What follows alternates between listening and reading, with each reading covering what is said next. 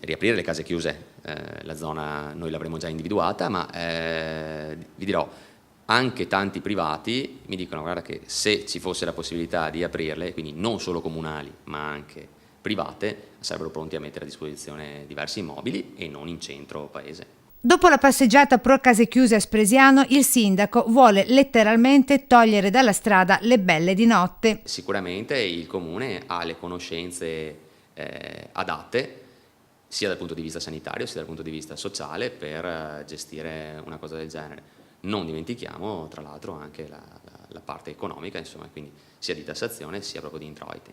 E in città il dibattito è aperto. Dai, va bene, Perché va bene? perché se no ti trovi dappertutto. Sono per le case chiuse nel senso di controlli, di sicurezza, di pulizia delle strade, però nel fatto che il comune deve pensare a tutto, credo che ci siano cose forse più importanti da fare, insomma.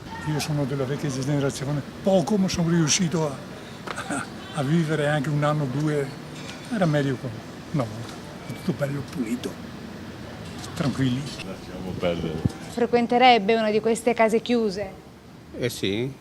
E se in calendario proseguono durante questa calda estate le passeggiate antiprostituzione lungo le strade, Pontebana in primis, ecco la seconda proposta che il primo cittadino intende far arrivare in discussione a Roma: rendere la prostituzione un reato perseguibile per legge. Degrado lungo la Pontebana che il comune intende ricordare ai suoi concittadini ogni giorno dell'anno. Pensavamo a fare questo calendario delle nostre uscite, delle nostre passeggiate tranquille, come azione di disturbo. Un messaggio chiaro questo di Marco Della Pietra, noto come il sindaco Rock. Siamo stanchi, basta con questa situazione.